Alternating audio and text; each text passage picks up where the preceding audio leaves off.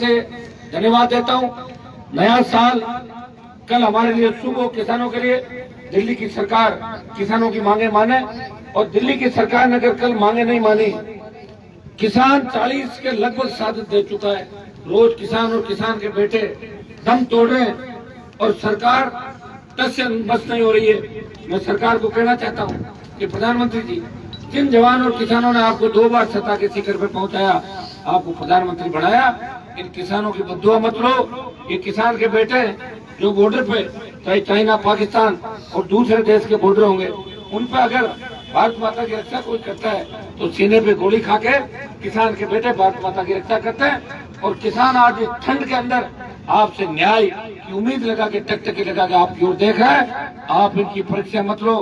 अगर आंदोलन हिंसक हो गया तो बहुत बड़ा नुकसान भारतीय जनता पार्टी और एनडीए को हो जाएगा, जिसकी भरपाई आप कभी नहीं कर पाओगे।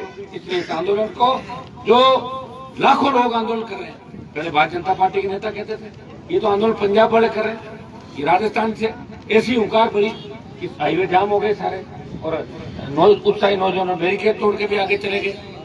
उस दिन आप लोगों ने संयम रखा, नहीं झगड़ा ज्यादा बढ़ सकता था। मैं धन्यवाद दूंगा सारे जो लोग उस दिन सहयोग कर रहे थे, उनका भी आगे चले गए, वो भी हमारे भाई है।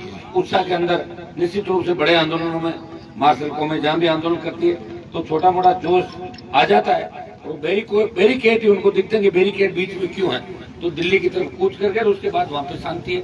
उन पे भी हरियाणा की सरकार झूठे मुकदमे दर्ज किए, लाठियां चलाई, इंजर्ड हो गए, वो मुकदमे वापिस लेना चाहिए, उनका पूरा सही इलाज करें, और दोषी जो भी वहाँ के कर्मचारी है, पुलिसकर्मी है, उनके खिलाफ भी कार्रवाई होनी चाहिए।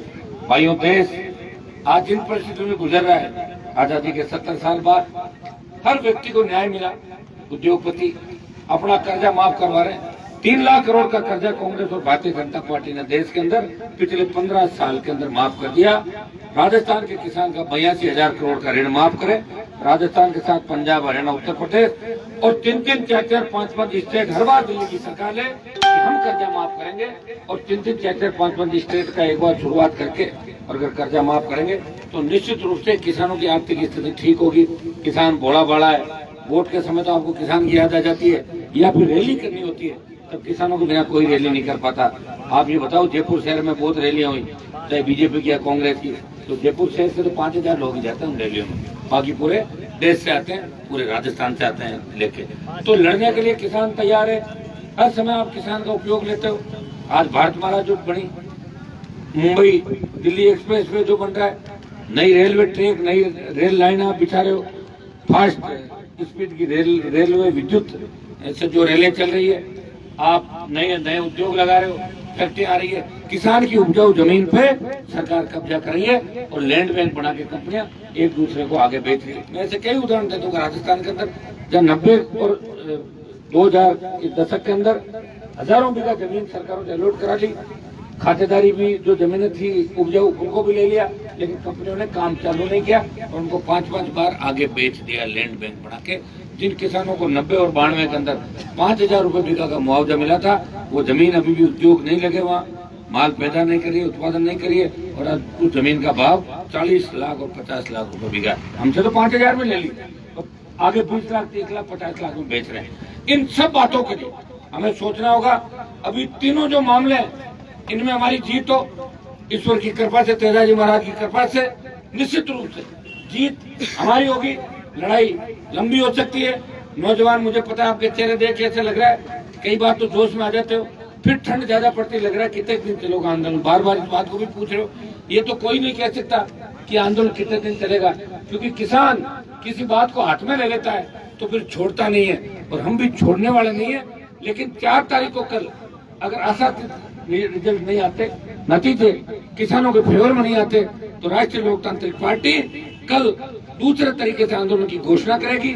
वो कहां से करेंगे, कैसे करेंगे और कितना बड़ा करेंगे, ये हमारी कोर कमेटी बैठ के तय करेगी। मैं धन्यवाद दूंगा तमाम किसान के बेटों का, जो लंबे समय से हर परिस्थिति में मेरे साथ है। अभी पंचायत चुनाव लड़े, पहले विधानसभा का उपचुनाव पर जीते, लड़े, लोकसभा जीते, और 2 साल के अंदर जिस तरह राष्ट्रीय लोकतांत्रिक पार्टी को आपने राजस्थान के गांव-गांव, ढाणी-ढाणी पहुंचा दिया। अभी हरियाणा के मेरे भाई भी कह रहे थे कि आरएलपी का हरियाणा में विस्तार करो। मैंने कहा हरियाणा में तो वैसे ही किसानों की पार्टियां इतनी आपस में लड़ रही है, एक आरएलपी अगर और चली गई तो बिना फालतू बैठे बैठे बीजेपी को फायदा करा दो। अभी रुक जाओ आप। अभी हमें राजस्थान के अंदर राष्ट्रीय लोकतांत्रिक पार्टी को मजबूत करने दो। कांग्रेस और भारतीय जनता पार्टी ने जिस तरह पिछले 70 साल के अंदर किसानों को ठगा और एक भी असली किसान के बेटे को सीएम नहीं बनाया राजस्थान के अंदर, इससे बड़ा दुर्भाग्य नहीं हो सकता। भाइयों, गरीब की कोई सुनने वाला नहीं है। संविदा कर्मी आप रोज देख लो, बच्चे जेएन का पेपर रद्द कर दिया तो डिप्लोमा वालों को रद्द नहीं किया। आप कर्मचारी चयन आयोग आरपीएससी के अंदर ऐसे डाकू को ले जाकर बिठा दिया। पहले भी डाकू थे 2-3 बार आरपीएससी के अंदर, ऐसा आदमी बैठ गया जो बची खुची साख है आरपीएससी की, वो भी खत्म हो जाएगी। और भ्रष्टाचार का आलम यह है कि मुख्यमंत्री की जानकारी में होने के बावजूद भी मुख्यमंत्री कुछ नहीं कह पा रहे हैं। उनको विधायकों की जरूरत है, उन्हें सोनिया और राहुल का ध्यान रखना है, राजस्थान की जनता का ध्यान नहीं रखना। मुझे तो शर्म आती कांग्रेस की इस करतूत पे कि आज धरना दे रही कांग्रेस। तो किस बात का धरना? राजस्थान की बर्बादी का धरना दे रही है। कह रहे किसानों को जगाएंगे। आंदोलन तो 40 दिन से चल रहा। कांग्रेस के एक दर्जन मंत्री यहाँ के बैठ जाता, हमारे साथ कौन मना करा सकते हैं, बैठ जाते यहाँ पे। लेकिन मैसेज देना कि हम अब बताओ राज्यपाल के विरुद्ध। अशोक जी, आपका ये अंतिम पारी है। और वसुंधरा और गहलोत वो फौजमार कप्तान है जो अपनी फौज को मारते हैं। एक ने बीजेपी को खत्म करने की सुपारी ले रखी है और गहलोत ने कांग्रेस को खत्म करने की सुपारी ले रखी है। भाइयों, हमें इन दोनों के गठबंधन को भी तोड़ना है, मजबूती रखनी है। इस आंदोलन में जीत के बाद तमाम राजस्थान के जितने भी मुद्दे हमारे, फ्री बिजली, टोल मुक्त राजस्थान, कर्ज माफी, बेरोजगारी भत्ता जो पार्टियों ने कहा लेकिन दिया नहीं, तमाम मुद्दों को लेकर जोरदार तरीके से हर जिले मुख्यालय में रैलियां करेंगे, बड़ी रैलियां करेंगे, बड़ी हुंकार भरेंगे। और 36 कौम के भाइयों को साथ लेके आवश्यकता पड़ी तो दिल्ली को घेरेंगे, पहले राजधानी को घेरेंगे, राजस्थान की गूंगी बेड़ी सरकार को राजधानी में बंधक बना लेंगे और तमाम जवान किसानों की मांगे मनवाएंगे। मैं संविदा कर्मियों पे, जो मेरे भाई संविदा कर्मी हैं, उनको आश्वस्त करना चाहता हूँ कि आपके साथ न्याय होगा, हम आपके साथ हैं। हर क्योंकि किसान के बेटे हैं, छात्र राजनीति से आगे निकले तो निश्चित रूप से आपके लिए जब डिग्री के बाद रोजगार की गारंटी नहीं होती, जब संविदा पे 15-15 साल लगने के बाद भी आपको परमानेंट करने की गारंटी नहीं होती, तब आप पे कैसे बीतती होगी। मेरे पास ऐसे बच्चे भी आते हैं, कहते साहब नौकरी जल्दी लगा तो नहीं तो मेरी सगाई टूट जाएगी। सही बात है, सगाई बहुत टूट रही बच्चों की। और ये मुझे लग रहा है अपने को कोई घोषणा पत्र में लिखना पड़ेगा अगली बार। जिस तरह बच्चे निराश हो जाते हैं ना, भाई आप नौकरी नहीं लगे, सगाई टूट जाए तो बार बार करवानी पड़ेगी साहब, कौन कराएगा? गहलोत और वसुंधरा तो तोड़वा रहे हैं, हमें करवानी पड़ेगी। हम तो चाहते हैं कि हमारे भाइयों का राज राजस्थान में हो, किसानों का राज राजस्थान के अंदर हो और राजस्थान की सत्ता के शिखर पर बैठ जाओ। एक बार अगर राज का आनंद ले लिया तो राज को कभी छोड़ोगे नहीं। राज ऐसी चीज है जहाँ अपने मन से अपने लोगों का भला करो। लोकतंत्र में 2 ही व्यक्तियों की चलती है, या तो कलम की ताकत हो, अपने लोगों को भला करो, या जनता की ताकत हो, बड़ी से बड़ी सरकार को झुका दो। कलम की ताकत के लिए हमें संघर्ष करना पड़ेगा। मैं धन्यवाद दूंगा भाइयों का कि इस -1 डिग्री तापमान पर भी शाहजहांपुर बॉर्डर पे दिल्ली को आपने डरा रखा है कि राष्ट्रीय लोकतांत्रिक पार्टी कभी भी बड़ा कूच कर सकती है। और भाइयों, कल की जो मीटिंग वार्ता है उसमें हमारी नजरें, कल अगर किसान संगठन सहमत नहीं हुए, सरकार ने मांगे नहीं मानी, तो अपना अगला कदम क्या होगा उसकी घोषणा आज रात को जब बात करेंगे आपस में, उसकी घोषणा कल यही से हम करेंगे। अगला कदम हमारा क्या होगा ये मैं आप सबको आश्वस्त करना चाहता हूँ। हमें हिंसा के रास्ते पर नहीं चलना, हिंसात्मक तरीके से इस आंदोलन में भूमि पुत्रों की जीत करानी है। पूरे देश का किसान जो गांव खेत खलिहान के अंदर बैठा है वो उम्मीद लगा के बैठा है कि हमारे भाइयों में लाठी गोली नहीं चले और हमारी जीत हो जाए। उनके आशीर्वाद से आज तक आंदोलन जो चला 40 दिन शांतिपूर्ण तरीके से चला, ठीक ठाक चला। कहीं सरकार और किसान आपस में उलझे नहीं, नौजवान उलझे नहीं। और आगे भी मैं ईश्वर से प्रार्थना करता हूँ कि हमारा आंदोलन शांतिपूर्ण तरीके से चले। हमारे यहाँ पे बच्चों की इच्छा थी कि बैरिकेड तोड़ के जाना है, चले गए बैरिकेड तोड़ के। आगे अखबार में राजस्थान से भी टूटा बैरिकेड और आपके मन में शांति होगी कि हरियाणा वालों ने तोड़ दिया, यूपी ने तोड़ दिया, दिल्ली ने तोड़ दिया, हम भी तोड़ेंगे। चलो वो तो आपने कर दिया, लेकिन हिंसा नहीं हुई उस दिन। ये हम सब के लिए खुशी की बात है। बड़ी घटना भी घट सकती थी, लेकिन अब हमें जो भी कदम उठाना सोच समझ के सबको मिलकर उठाना। आगे भी हमारे भाई बैठे हैं, वो सब हम सब एक हैं। झंडे अलग अलग हो सकते हैं, नेता अलग अलग हो सकते हैं, लेकिन सबका मकसद एक ही है कि हमें इन ये जो किसान संगठन आंदोलन कर रहे हैं, तीनों कृषि बिलों को वापसी को लेके एमएसपी में खरीद का कानून बने, इन पे हमारी जीत की बहुत बड़ी आवश्यकता है।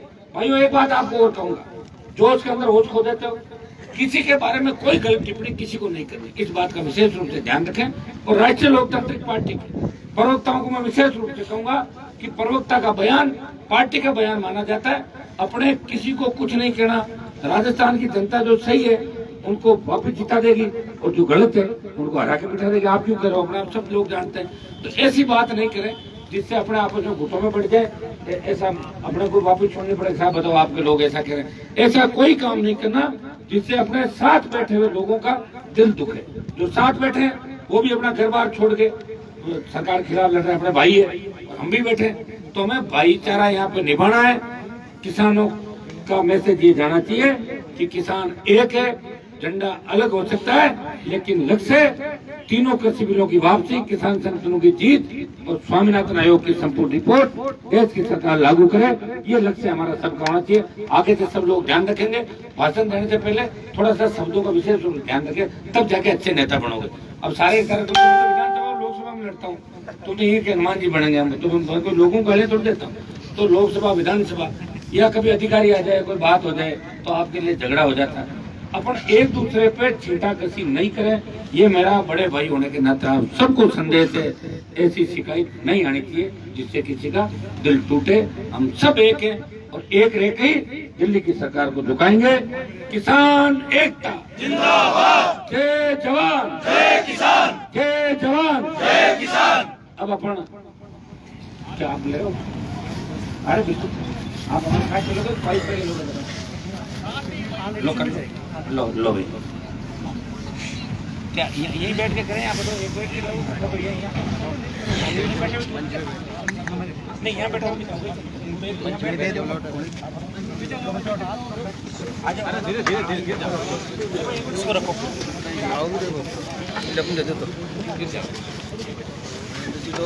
दे दो आप बस आइए। मुलाकात अपनी आप तो आ जाते फोटो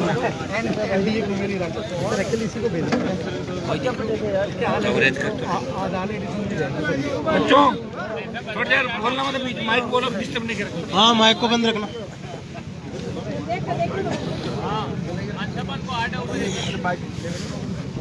प्रधान जी, आपका बहुत बहुत स्वागत है।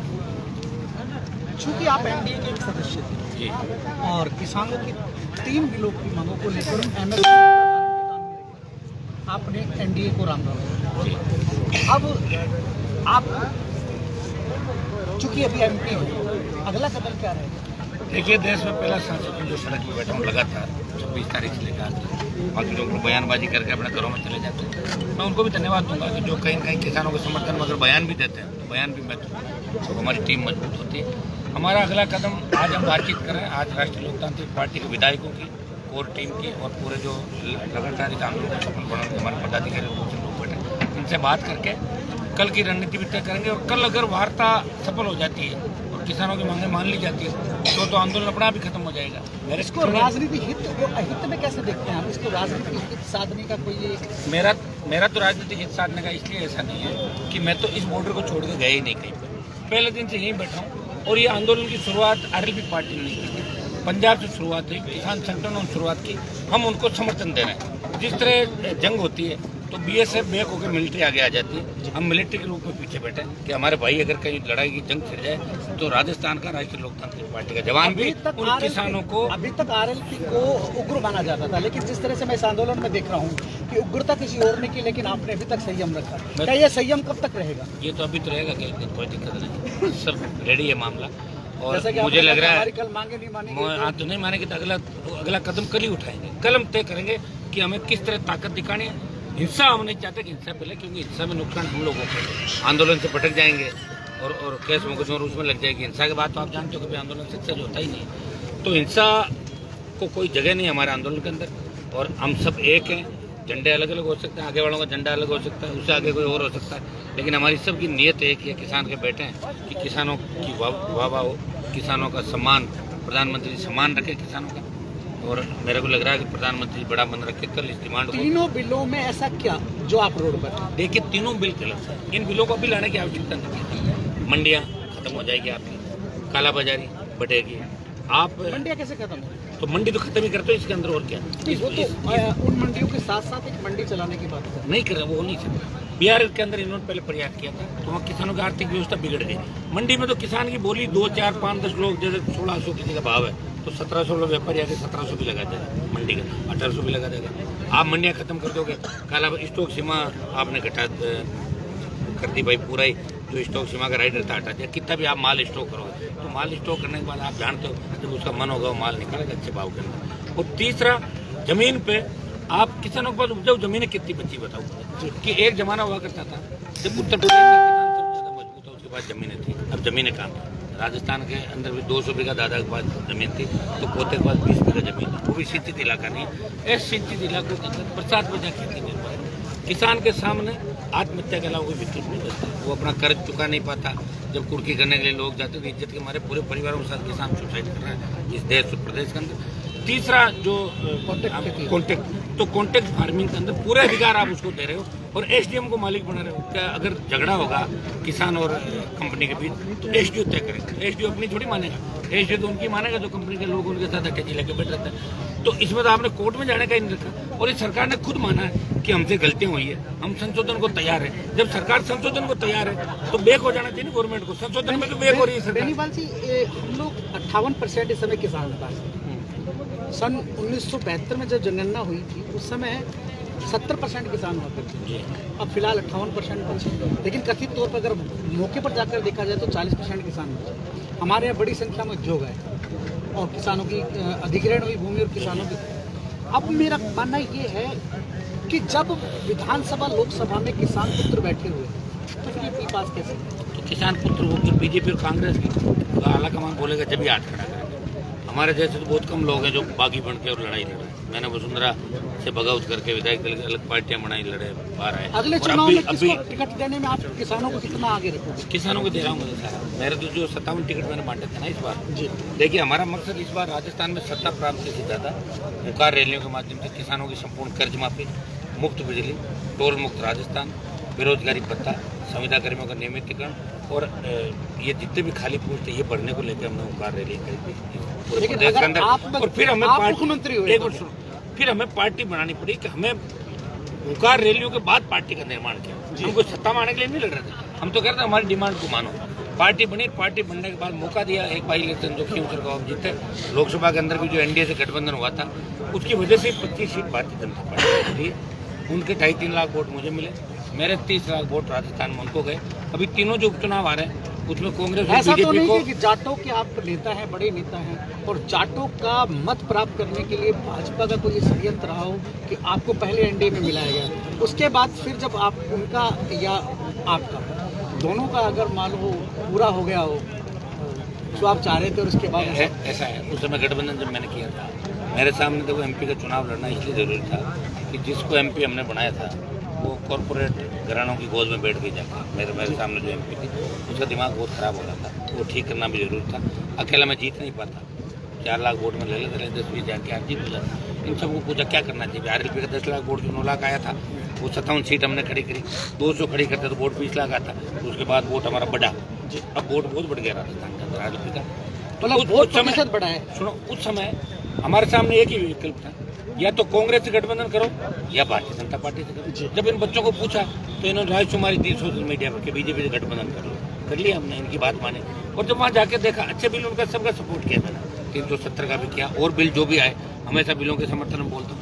लेकिन कृषि बिलों के मामले में हमें पूछा भी नहीं गया और ये पहला सत्र था जिसमें प्रधानमंत्री ने एनडीए की बैठक की। हर बार लोकसभा शुरू होते ही प्रधानमंत्री जी बिना बैठक के पास ना एनडीए के लोगों का अलग बैठक लेते हैं और पार्टी के अलग लेते हैं। इनको ऑर्डिनेंस लेकर आए लॉकडाउन के अंदर। कहाँ आवश्यकता थी ऑर्डिनेंस लाने की बताओ आप। जब लॉकडाउन के अंदर देश की जनता अपना जीवन बचाने के लिए घरों में कैद थी, लॉकडाउन था, उस समय आप ये बिल लेके आ रहे हो किसान विरोधी और ऑर्डिनेंस लाकर आपने आनंद फान में पास करा दी और मुझे बाहर रखा लोकसभा के अंदर, मुझे नहीं जाने दिया। दिल्ली में 3 बार भाजपा कांग्रेस के खिलाफ वहाँ की जनता ने विश्वास जताया। आप माने कि इस बार अगर राजस्थान की जनता कांग्रेस और बीजेपी की तरफ ना कर आरएलपी की तरफ आते और आप मुख्यमंत्री होते तो आप किसानों के लिए ये तो फिर बढ़ जाए जब अभी पूछ रहे पहले मुख्यमंत्री हमारे अरे सुनो मेरी बात, मुख्यमंत्री को झगड़ा ही नहीं, झगड़ा हाथ में ले लिया मैंने। मुझे मजा आता है कि जब मेरे भाई कोई तकलीफ में और उनके लिए अगर मुझे त्याग समर्पण करने का मौका मिलना चाहिए मैं तुरंत ही कूद जाता हूँ। ऐसे ही मंत्री पद ठुकराए 4-5 बार, 3 से 8, 13, 18, 19 में, फिर 19 में भी लेकर कैबिनेट मंत्री बन जाता। लेकिन मुझे तो राजस्थान के जवानों और किसानों की दुआएं मिल रही है और मैं चाहता हूँ कि मेरे भाइयों को आगे मैं कैसे बढ़ाऊँ। जिस तरह भगत सिंह आज़ादी की लड़ाई के अंदर लड़ा, हनुमान बेनीवाल इस राजस्थान की राजनीति में भगत सिंह की भूमिका सर 7 चरण की बातचीत हुई केंद्र सरकार के साथ, लेकिन अभी तक वो वार्ताएं विफल रही हैं। आप चाहते हैं कि ये दुरुस्त हो और केंद्र सरकार चाहती है कि ये दुरुस्त हो। अगर ये दुरुस्त नहीं होता, दुरुस्त होता है, तो दुरुस्त में आप क्या चाहते हैं कि क्या दुरुस्ती हो उसमें? दुरुस्त तो इसके अंदर सारा ही फिर देखो, एक मिनट मेरी बात सुनो। वैसे तो बिल दुरुस्त करने का मतलब ये सरकार बैकफुट पे आ गई। बिल दुरुस्त लोकसभा के अंदर होगा जी, हम सब बोलेंगे जी, और हम वहाँ भी ये डिमांड करेंगे इनकी आवश्यकता नहीं बिलों की। आप समझ लेना। जी, जी। और सरकार की किरकिरी भी होगी। बिल दुरुस्त लेकिन जो होगा, प्रतिनिधिमंडल है 40 बिल दुरुस्त होगा तो भी सरकार की किरकिरी होगी। जी, तो फिर पूरी मांगे मानो ना, ताकि किसान ये माने कि सरकार निरस्त ने- हो, आपका मानना नहीं भाई निरस्त हो, अबेंस में डाल दो भी एक बार। कौन सी आवश्यकता पड़ती है? सस्पेंड कर दो 1 साल के लिए, अभी मत लगाओ। कुछ ऐसा डाल दो कि राज्य अपना आप करे। क्यों आप क्यों कर रहे हो इन बिलों का? मतलब आप चाहते हैं कि सांप भी मर जाए, लाठी भी ना सुनो टूटे। मेरी बात, एमएसपी की देखो, किसानों का सम्मान बढ़ा रहे हैं। जी, वो भी जिद करके बैठ गए बीजेपी वाले। जी, जी, जी। और किसान जिद गए बिलों का कोई हो, तो बिलों को अबेंस में डाल दो। सुप्रीम कोर्ट ने कह दिया कि अबेंस अगर में ऐसा डाल। नहीं होता तो आरएलपी का क्या कदम रहेगा? आरएलपी किसानों के साथ रहेगी और कल हम तय कर लेंगे हमें अगला कदम कैसे क्या करना है। आपने बात कही थी कि मैं एनडीए से तो क्या, अगर आवश्यकता पड़ी तो अपने संसद पत्र से भी मैं वो मेरी बात पे अडिग हूँ मैं, नहीं होता तो दे देंगे। अभी वो आजकल में मत कंडीशन कराओ क्या आप, है? सुनो वो कंडीशन- आजकल में मत दिलाओ तो आप। वो कंडीशन क्या है? वो कंडीशन ठीक ही होगी। अगर मैंने कहा तो निश्चित रूप से किसान हितों के लिए जरूरत पड़ी तो पक्का दे दूंगा। आप क्या संदेश देना चाहते हैं भास्कर के माध्यम से? मैं भास्कर के माध्यम से यही संदेश देना चाहता हूँ कि भास्कर किसानों के हर मामले को पुरजोर तरीके से उठा रहा है और हमारे इस आंदोलन को भी मजबूती से दैनिक भास्कर ने उठाया है। मैं धन्यवाद देता हूँ भास्कर को। और भास्कर पीड़ित शोषित की आवाज़ भी राजस्थान के अंदर, भास्कर के माध्यम से ये संदेश देना चाहता हूँ कि राजस्थान के किसानों और जवानों को संगठित होकर मौका है, सब पार्टियों से ऊपर उठ के एक ही चीज़ के अंदर लग जाए कि हमें राजस्थान का किसान भी पंजाब हरियाणा किसान के साथ इस आंदोलन में साथ है। रामेश्वर डूडी का आना, 1 मिनट साथ है। और जवान और किसानों को मैं नए साल में आश्वस्त करना चाहता हूँ, आपके लिए आरएलपी पार्टी लड़ाई लड़ेगी। भास्कर के माध्यम से कहना चाहता हूँ, आप मजबूत रहें, हिंसा का रास्ता अख्तियार नहीं करें, बेरोजगारी की समस्या से तंग आके भी सुसाइड जैसे कदम अभी नहीं आपने उठाएं। कहा शादी वाले मामला में कि कुंवारों को शादी का अपनी, तो क्या आरएलपी की आप वास्तव में उसमें डालेंगे? वो तो देख लेंगे, लेकिन कुंवरों के रिश्ते कराने का प्रयास तो करता हूँ, बच्चों का जिंदगी बसे। मेरा अंतिम प्रश्न आपसे कि डूडी का यहाँ, रामेश्वर डूडी का अचानक आपका एनडीए छोड़ना और उसी दिन डूडी का यहाँ पर आना, तो इससे क्या कोई राजनीति का कोई अलग चॉकलेट या अलग चॉकलेट? हम तो चाह रहे हैं कि वो इधर ही आ जाए हमारी तरफ, हम चाह रहे हैं। नहीं, कभी अगर बेनीवाल में नहीं जाना आए पड़ा तो तो नहीं जाऊंगा, कांग्रेस में नहीं जाऊंगा। कांग्रेस मैं में मना नहीं ना, एनडीए छोटी जरूर है, लेकिन यूपी और राहुल गांधी के आज साथ भी उनके भी नहीं बैठूंगा जी, तो मेरा मतलब अकेला ही मोदी रहूंगा। मोदी से मोहब्बतें बरकरार हैं। अरे नहीं साहब, आप सब तो मोदी से हटके मैं उनके पप्पू के पास कैसे जाऊंगा ये तो बताओ। पप्पू के पास नहीं जाएंगे, लेकिन मोदी से मोहब्बत बरकरार है। एनडीए छोड़ी है लेकिन मोदी से मोह नहीं छोड़ा, ये कहना है वो नहीं, हनुमान बेनीवाल का। मैं अकेला ही लड़ता रहूंगा लोकसभा का। और कई ऐसे कहा अकेले है लोग हैं जो बिल्कुल लड़ रहे हैं लोकसभा। हाँ, मैं दिल्ली का इतिहास राजस्थान में दोहराने की बात करने वाला हूं। आप देखते रहिए हमारे साथ ही बहुत सुंदर वार्ता। मैं हूं आपका होस्ट धीरेन्द्र गुप्ता। आप